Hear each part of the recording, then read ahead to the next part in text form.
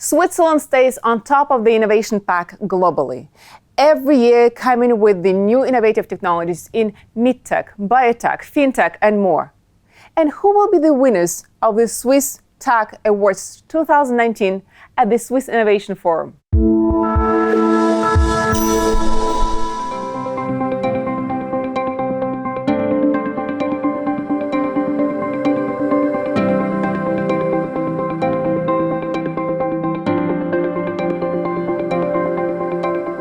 Corine, welcome to the studio of Inside Tomorrow.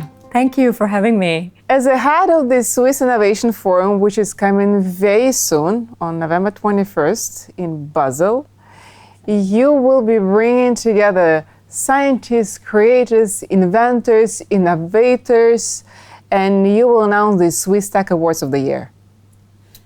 What is the main motto of the forum? Well, the motto that we have chosen this year for November is try, in the sense of try and fail, but never fail to try.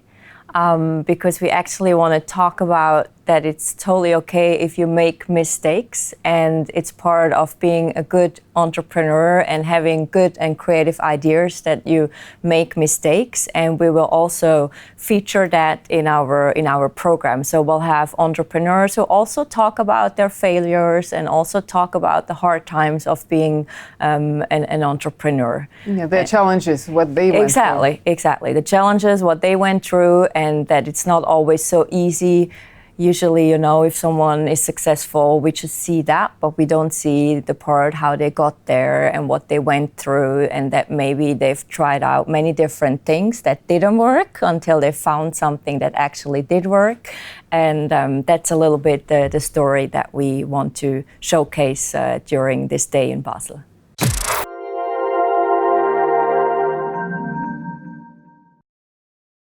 I look forward to the Swiss Tech Awards announcement to see who are the finalists, what are the trends.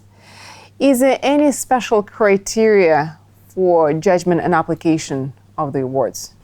Well, we have 3 different categories. We have inventors, we have startups, and we have innovative leaders, because we kind of realize that it's hard to just have one category, because companies are at different stages within their developing phase, and the criteria are for all the same. I mean, the product or the idea had to be developed in Switzerland, number 1.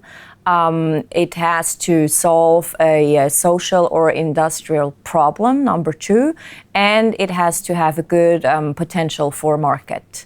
That's the 3 main criteria, basically. And then, inventors are early stage, and startups, they need to have a proof of concept and some customers and some funding. And then innovative leaders, they are at a much further stage. It could be an idea from a research and development department from a global company. That's the baseline for the application. Okay. Well, the 2 big universities here in Switzerland, ETH in Zurich and EPFL in Lausanne, they already give birth to a number of small startups. They all start small. They look for funds, small funds, medium funds. And I think the challenge so far has been to find that big ticket. And as an example was Logitech that went actually in the US when it was looking for big capital to find that big ticket. How do you help promote these startups to find that bigger ticket in Switzerland? That's a good question, actually, because it's not so easy. I mean, we cannot solve this problem of suddenly having bigger tickets, but I think this has developed a little bit also in the last years. If you now look, for example, at the Crypto Valley in Zug, you have a lot of startups working on the blockchain technology and on crypto finance, and that attracts a lot of venture capitalists. And then you have again interest interested startups. And I think this scene is growing, and also if you look at the growth rate of big tickets, it's constantly raising over the last 3 years. But what we can do as a platform, we can give young startups a visibility, we can give them access to our network, also access to investors, and access maybe to distribution channels, so that they gain not only funding but also reputation. I agree with the Crypto Valley. It attracted lots of global players, participants to come. This can give definitely potentially opportunities for that big ticket, as many global players and venture capitalists are looking towards Switzerland, because Switzerland stays on top of the innovation pack, and it has the highest number of innovation patents per capita globally. Last year, 2018, it was 956. It was the highest ever, compared to the European average of only 139. So it's a very big difference. And you have a special stand at the expo, which is called Future Exposition. Yes. Please tell us more about it. Well, Future Exposition is just worth going or coming to the conference also just because of that, because it's a great opportunity to get in touch with new technologies. It's basically what it is. It's 40 exhibitors that showcase their, maybe a prototype that hasn't gone to market, but also trends.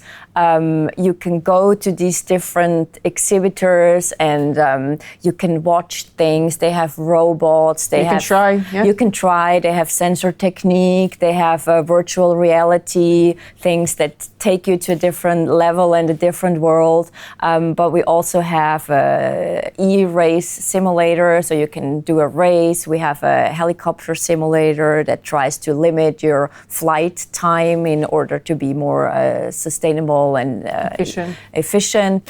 And you can just go around from exhibit to exhibit and try out things and get some inspiration. And that's also a little bit the motto of the Swiss Innovation Forum: get your annual dose of inspiration. And if participants go home in the evening and they got their annual dose of inspiration, we are happy.